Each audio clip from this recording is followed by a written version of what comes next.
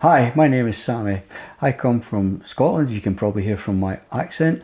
Actually, from the west coast of Scotland, 20 miles west of Glasgow, in a town called Port Glasgow. Got its name because the ships couldn't get that far up the channel, and it became the Port of Glasgow.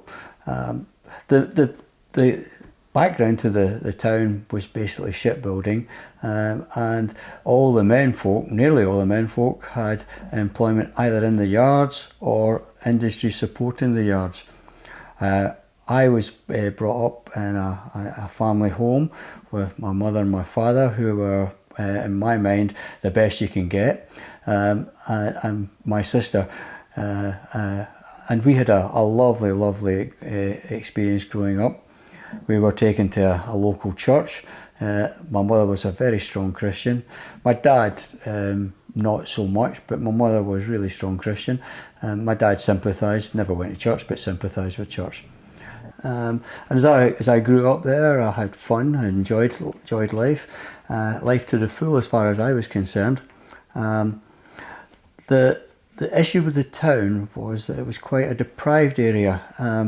It was mainly shipbuilding, but partway through when I was growing up, the shipyards all closed and the town became a desolate place. Basically, 80% male unemployment. If you can imagine that, walking down the street in the town centre, all men, not women doing shopping, just men everywhere because they had nothing to do, no work, no employment.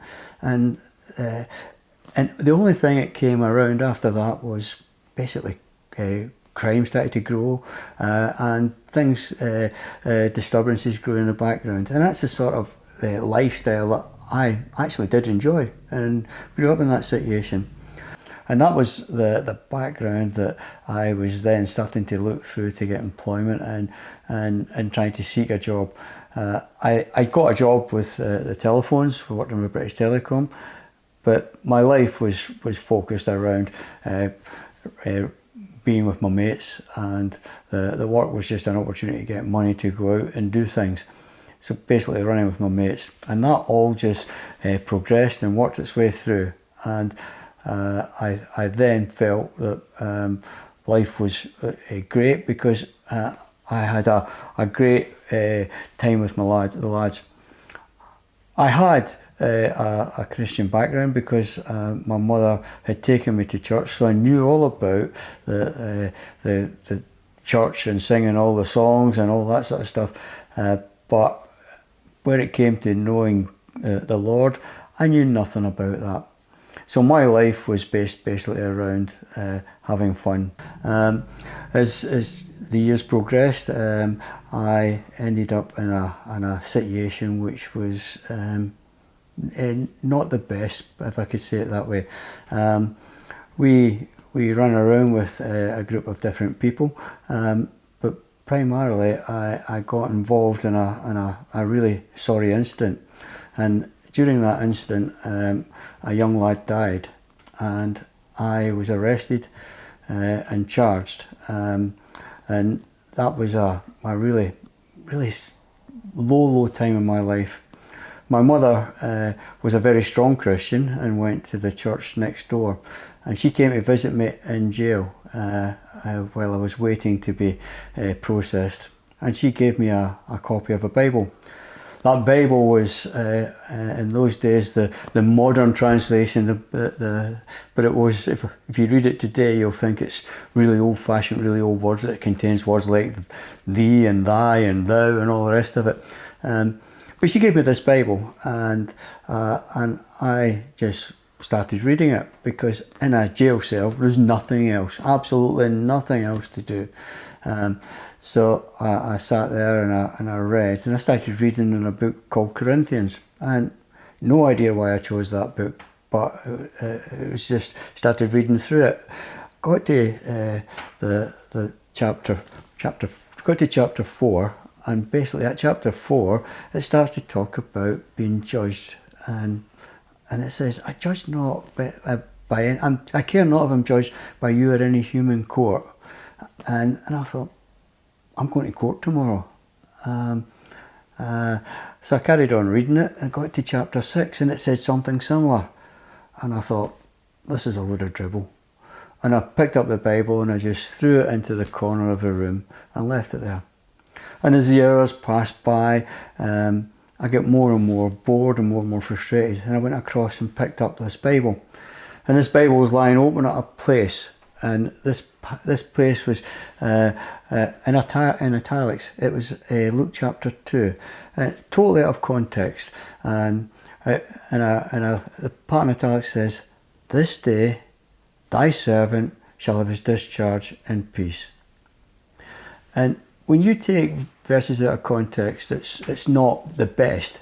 But I didn't know any different, and so I went for it. And I says, "Right, God, here's the deal. This day, 24 hours, discharge in peace means I walk out of here, job done." And I left it at that. And the time progressed. I was taken. I got my fingerprints taken. I went then taken to the central police station where they took my photographs, and then I was taken from there to the courtroom. And I was put in the cell underneath the courts, and I was chatting to loads of, because there's about a dozen people in this one cell. And I was chatting to those guys, and we're just getting on, bravado. "What are you in for?" Yeah, I did this, did that, did that. And I was sitting quiet, and because I didn't feel right in the whole situation at all whatsoever. The Bible passage has completely gone from my mind. The deal I was made with God was completely gone from my mind. I was taken from there and across to the court appointed solicitor, lawyer, and we were chatting. He says, "Just plead guilty. It's the best thing possible. You'll get a reduced sentence. Everything will be dealt with." And I says, "No." He says, "Look, you've got no other option but to plead guilty because you are." And I, no. So I argued with him, and we were going down the line of not guilty. And he says, "Well, be it on your own head." I went back into the cell, the holding cell with the other guys, and people started getting called through to go up to court. It came to my turn, and I was called out.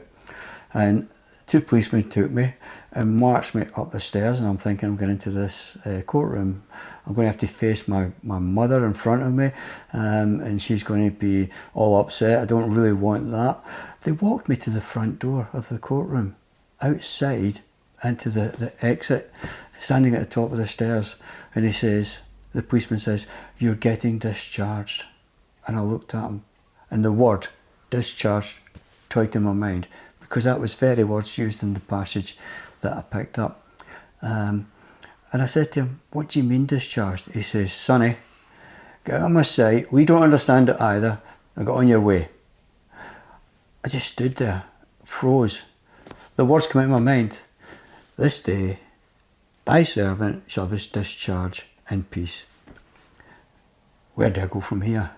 I considered the time, looked at the time, and it was just within the 24 hours that I'd set God in that deal. This day, discharged. I thought, what that means is I need to become God's servant, because that was the deal. My mother met me, and we went home, and I'm completely bamboozled, not knowing where to go, what to do, how to deal with it, what's next. And that evening I went and met with the lads, and we were chatting. "And what are we doing tonight?" "I'm going to church." "What?" "Yeah, I'm going to church." "What church are you going to?" "The wee one down the road that my mother goes to." I did go to church. And I have to tell you that at that point, I wasn't fully aware of the decision I'd made as I stood at the top of the stairs at the courtroom. But as the church embraced me and brought me through, they showed me the full story of what my decision was. And what transformation happened there was I changed the way I behaved, I changed the way they operated, I changed my life, and I started to walk the way God wanted me to walk. What does that mean? It means, it doesn't mean your life is any more constrained. It gave me a great life. I had a wonderful time as living in Scotland, being a Christian. But you might say, well, if it was great up there, why did you move to Kent? Why did you move down south? The reason I did that was because God directed me in that direction. How does God direct you? Well, I was working in Glasgow, having a great job, enjoying life, doing lots of good things, and a pretty good job. But what happened was I was offered a job down in Kent, down in Canterbury, and in reality, did I want to take that job? Did I not want to take that job? Yeah, I wanted to go, but my wife didn't want to go. So we had a bit of a debate and a bit of a discussion. And that evening, as was a norm, we were praying and reading the Bible, and we were following a directed path through a little booklet called A Life to God. And the heading on it was, "Go into a land full of foreigners and aliens." And I'll bless you, I thought, that's Canterbury. I mean, you walk down the streets of Canterbury and you meet people who are not of English descent, you meet people who are not even British, and some people are Scottish, but yeah, that was me. But you don't come across lots and lots and lots of UK nationals. And I thought, that's the right place. And the message was, go into a land full of foreigners and aliens and I will bless you. I went down there, took that job on, and I've not looked back. The job was fantastic. It grew. I got promoted exponentially through the ranks of the business, ending up as a general manager, coming from a lowly engineering background up to a general manager. It was just an amazing zoom through life. But that was God taking charge of my life. So yeah, friends, I recommend following Jesus. I recommend the life that he gives. He is a real hero of my story, and he really has transformed my life. And folks, if you are interested in becoming a Christian, it's really quite simple. All you have to do is just ask God to come into your life. Just seek forgiveness and he will do it, and he will meet you there, and I recommend that life to you.